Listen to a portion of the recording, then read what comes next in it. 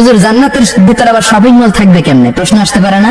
সহিহ মুসলিমের বর্ণনা, ইন্না ফিল জান্নাতি লাসুকান, জান্নাতের ভিতরে বিশাল এক শপিং মল থাকবে। এটা বোধহয় আমাদের বসুন্ধরা শপিং কমপ্লেক্সের মতো হবে, যমুনা ফিউচার পার্ক। দুবাইতে যে একটা আছে বিশাল শপিং মল, মালয়েশিয়ার মিড ভ্যালি, এগুলোর মতো হবে মনে হয়।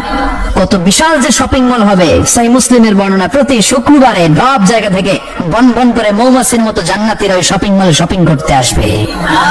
ইচ্ছে মতো দেদারসে পোশাক কিনবে, ইচ্ছে মতো শপিং করবে, টাকা দেয়া লাগবে না, ক্রেডিট কার্ড লাগবে না। সুবহানাল্লাহ পড়েন। ইচ্ছে মতো শপিং করবেন। দুনিয়াতে একটু কষ্ট করে হালাল উপার্জন করে খেয়ে যান। আল কানাআতু মিনাল ইসলাম, অল্পে খেয়ে তুষ্ট থাকা আর আল্লাহ শুকরিয়া করা, এটার নামই ইসলাম। অল্প খাও, অল্প পড়ো, অল্প জমাও, অল্পের ভেতরে বরকত ঢুকাই দিছে কে? অনেকে দেখবেন অনেক খাই খাই নাই নাই করে, এটা যাদের স্বভাব তাদের কখনো বরকত হয় না। অল্প খাবেন, অল্প পড়বেন আর হালালের সাথে সম্পর্ক করবেন। আল্লাহুম্মা কফিনি বিহালালিকা আন হারামিক ওয়া আগনিনি বিফাদলিকা আম্মান সিওয়াক। বিষ্ণু দোয়া করতেন, আল্লাহ হালালকে আমার জন্য যথেষ্ট করেন, হারাম থেকে আমারে বাঁচিয়ে রাখেন, পড়েন আমিন। হালাল অল্প হলেও হালালে বরকত আছে না নাই? হারাম বেশি হলেও এটাতে কোনো বরকত নাই, ঠিক কিনা?